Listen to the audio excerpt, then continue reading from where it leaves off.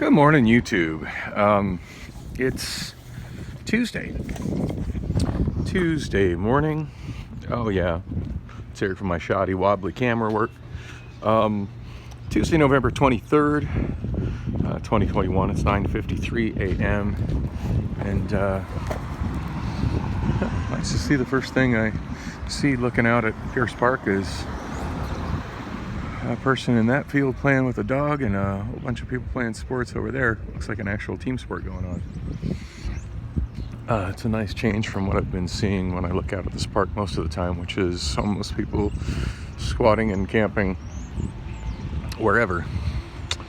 But I'm not planning on digressing about that today.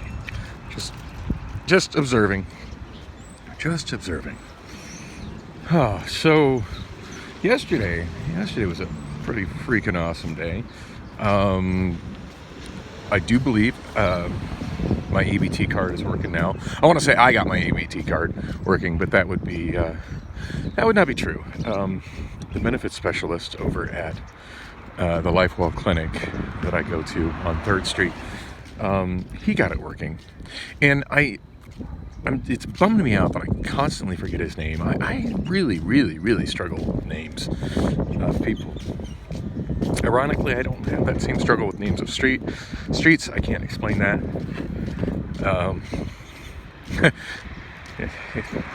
I'd love to know why that works. My daughter has theorized that somewhere in early development that I've become a savant with maps and directions, and that somehow that part of my brain is just extensively more developed than everything else, to the exclusion of other things. And she might have a point. I have trouble remembering a lot of what happened yesterday. I struggle with the names of even family members, and yet I can tell you the names of many. I could probably draw a fairly accurate map of the north half of Portland and label a fair amount of the streets. So I don't know, it just is how my brain works. And the squatting crew is still here, and they're just at the other end of the park today. So many bicycles.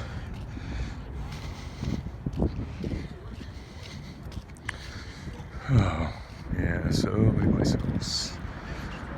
It looks like the park ranger got the point across that they can't bring shopping carts here, so at least there's that. So yeah, the ABT card thing. What do you call it?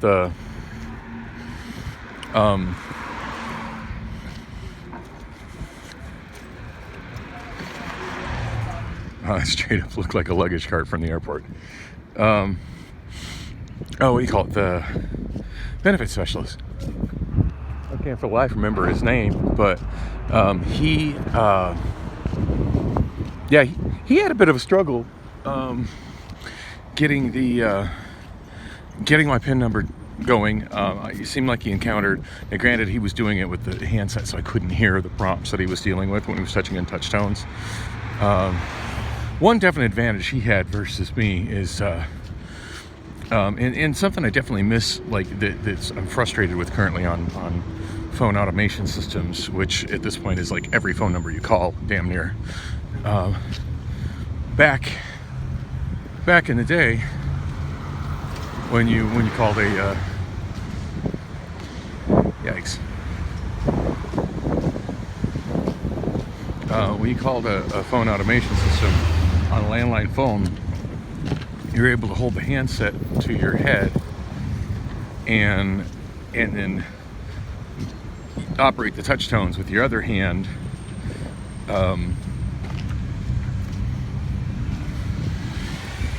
While you were able to hear, with the handsets in your head, you're able to hear the responses to the touch tones as you press them, and listen to the prompt right at the point you started. The voice on it right at the point you started hitting touch tones. And that's something that's very much lost with doing things with smartphones. I mean, keep in mind with smartphones, half the time when you need to, when you're on a phone prompt thing and you need to get your touch tone available, the screen has gone to some other screen, or has maybe even gone blank. So you end up having to shake the damn thing or do a little tapping to get the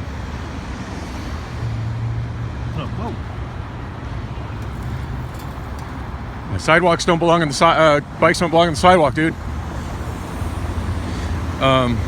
Anyway, you're supposed to. It's the second time that fool came up on me like that. Yeah, so it's very difficult to sometimes to even get to the screen where you were able to key in touch tones, and to accomplish that requires pulling the phone away from your ear. So if there was things that the automation told you that you needed to know, you missed it doing that. Or perhaps the automated system was waiting for input, and then because of the lag in time between you pulling it away from your ear, shaking it, pressing whatever menu options it was needed to get the touch tones up, in that delay, the automation has made a decision based on what it perceives as your inactivity. I've noticed that issue with a lot of automated phone systems. It happens. The other thing that happens is when you're keying stuff in, if there's something about the way you're doing it that the machine doesn't like, that it's responding to you and giving you a voice prompt, or you make a selection, and then as soon as you make a selection, it proceeds to respond to it. You're missing the beginning. Using a smartphone, you're missing the beginning of what it's saying to you, because your smartphone is down in your hand for you to touch tone stuff in, as opposed to up to your ear where you can hear it. So realize that's one of the reasons I really struggle with phone automation system, is because I'm missing stuff because of the lag between pulling my phone down, keying stuff in, and picking up and putting it to my ear. Whenever it's not to my ear, whatever's being said, I'm not hearing it. And any extra lag that happens between me pulling it from my ear and then getting to the point where I can start keying and stuff, sometimes it's being interpreted as inactivity. And then obviously, I with it not being in my ear, I can't hear the confirmation of, am I actually sending those touch tones? I'm just kind of hoping that's working. So I do think that probably made a difference with the benefit specialist using a landline phone where he had a handset in his ear and a touch tone keypad in front of him, so he could actually listen to what was going on and key stuff in. It's possible that maybe I did somehow miss a prompt when I was trying to do it myself, but I'm pretty convinced he ran into a couple of the same problems I did, because I know at one point he was cussing it out, and he hung up on it and started the call from the beginning again. It definitely took him longer than it should have. And we had a great conversation about how just dysfunctional DES is and how nobody in the state cares. It's just how it is.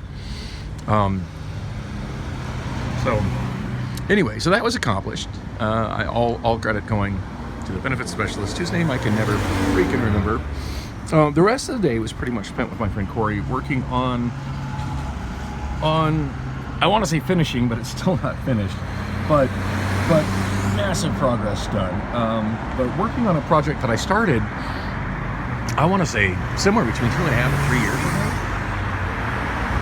When I was a juicer for Lime, being on the street and working with electric scooters on a regular basis, I was constantly seeing broken and abandoned scooters out and about in places.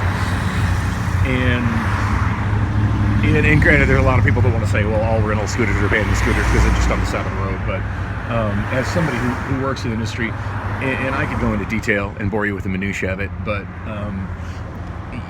when you're working in the business, you quickly learn how to identify a scooter that's just waiting for somebody to rent it, or waiting for somebody to come pick it up to charge it or move it, and one that's straight up been abandoned. And when I'm saying abandoned, that means that the scooter has encountered some kind of dysfunction to where it's no longer relaying its GPS information. And if that has happened, and it's in the location where a Charger is not going to just drive by and go, oh, there's a scooter that's not on the map, I better grab that one too. If it's in an out of the way location, at that point it's blight. It's blight. It's garbage. It's either going to be picked up by the property owner as, you know, garbage that doesn't belong to their property, or it's going to be impounded by the city if it's on public property. This is one of the things that was commonly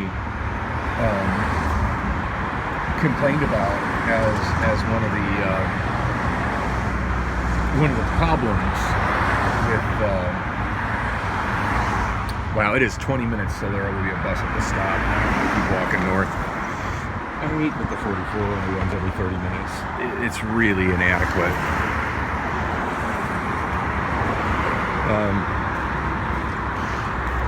A few weeks ago, I was riding the Route 27 and I was chatting with a woman from,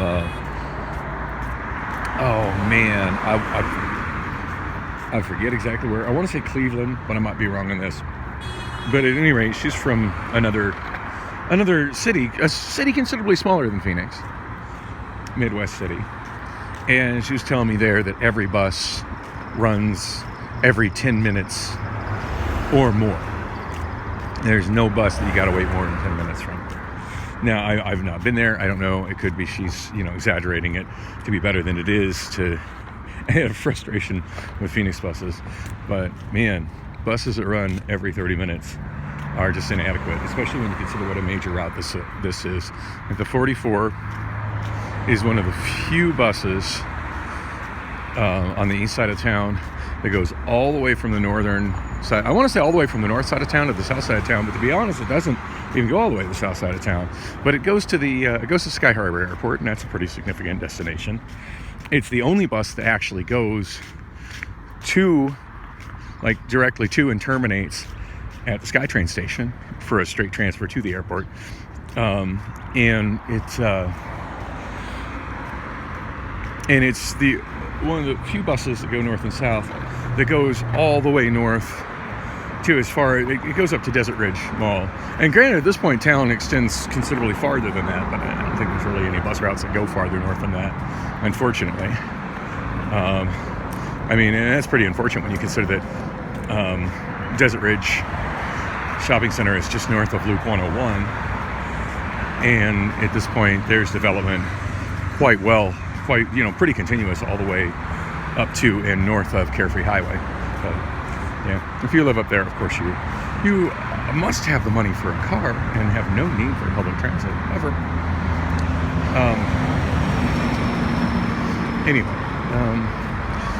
So this is a pretty significant route, and the other thing that's pretty significant about this particular route is that it goes from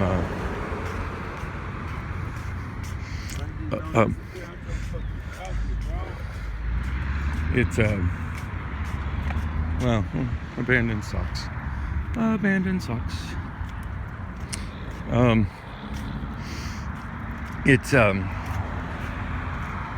It's the only, also, there's a real limit of how many buses run north and south to the east side of town.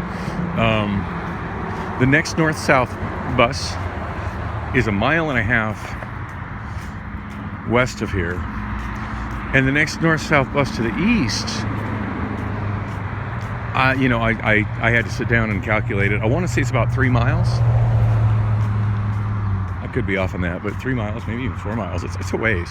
I'm on 44th Street. The next bus that goes north and south to the east of here is at 68th Street. It is a long walk from 44th Street to 68th Street. It is a long walk from the next one over to the west is 32nd Street. It's a long walk from 44th Street to 32nd Street. So, unlike some other cities that I've lived in, and probably the best one I have, for example, because I've used the public transit there extensively. Granted, we're talking like 30 years ago, but I would assume it's better now than it was 30 years ago. But when I lived in Denver, in most parts of town, yeah, there were some routes that only ran every 30 minutes. But if you couldn't wait that 30 minutes, if you walked a quarter mile or a half mile to the side in either direction, there would be a parallel route. And pretty much guarantee if you walked no farther than 3/4 of a mile to to one side or the other. And I'm using 3/4 of a mile as an example because it's a mile and a half between Federal and Sheridan, and it's a mile and a half between Sheridan and Wadsworth, and that's an area where I live, where I rode a lot. The bus routes back then, on at least in the daytime, granted they slowed down late at night, but the bus routes on Federal, Sheridan, and Wadsworth all ran in 10-minute intervals. So, if you didn't have, 30 minutes to wait,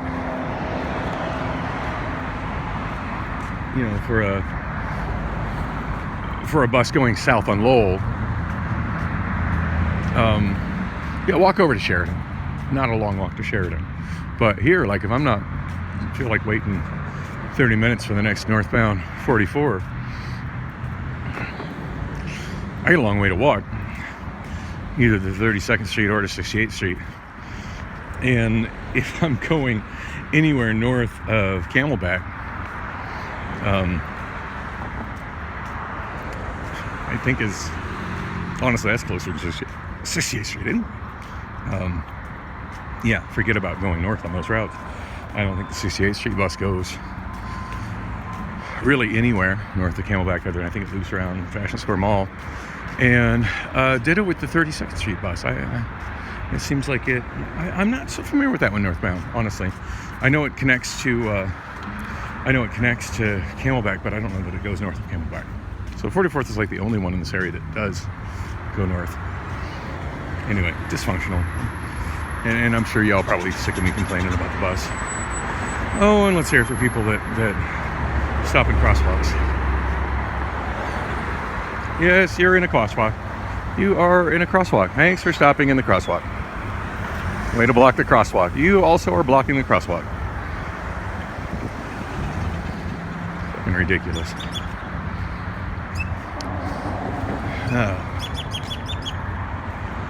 It's not what I was talking about. Bus routes and idiots crossing crosswalks. What's another self-driving car? Lay with Cruise on the side. Been seeing those occasionally. I have no idea what's up with those. I keep meaning to Google them and I haven't. Anyway, so the big project yesterday was I started on was which was an old project I'd kind of abandoned about 2.5 years ago, was rebuilding an abandoned broken rental scooter. And there are parts from, I want to say, 4 different scooters in this thing. First one I found was dead. It's a portion of it was literally bent in half. It'd been run over by a car and then thrown on the side of the road. Anyway, at one point in time, there were a bunch of over the time I've picked up quite a few of these dead scooters, and another time that I picked up a lot of them is at one point in time there was I want to say like 3 years ago, maybe 3.5 years ago now, there were a lot of scooter rental companies operating in Scottsdale. Like off the top of my head, I couldn't even tell you how many, but there were a lot. The saturation and how many companies were trying to get a piece of that pie was just ridiculous. And so, no shock, quite a few of them bowed out pretty quick. And one of them that came and went with quite a quickness, they were kind of late to the game, and they were one of the first to give it up, was Lyft, as in the rideshare company. For a while they were doing scooters. I don't know that they do scooters anywhere anymore, but they certainly didn't do them in Scottsdale very long. And I don't believe they did them anywhere in the valley other than Scottsdale. But there were some Lyft scooters I picked up that were not ones that were completely, that I found that were damaged and not going to be picked up due to damage. When they packed up and closed up shop, I mean, they literally closed up shop. I found a few of them, just that they didn't, I'm sure their crew went around and tried to pick up as many as they could, and some of them didn't get picked up, and they're like, yeah, we don't have any more time to be chasing down used scooters.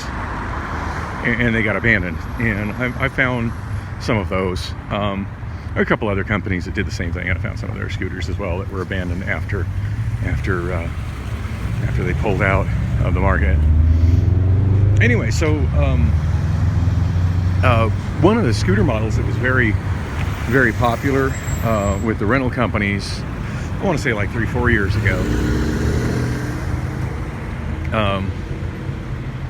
About 3 years ago, most of the rental companies started phasing them out because they were kind of found not to be really great rental scooters because they just weren't. They were built for personal use, and as rentals they were not very durable. And I read a few articles where one of the issues that they were having as far as making scooter rental a profitable business was that rental scooters were basically anytime you've got a rental item, you've got the purchase. The basic business model is you've got a purchase price, and then you've got the price that you rent it for, and you don't have any profit going on until you cover the purchase price. It's not a very difficult not very difficult math. Oh, and I guess I have to finish this thought later because here's my bus. Thanks for watching.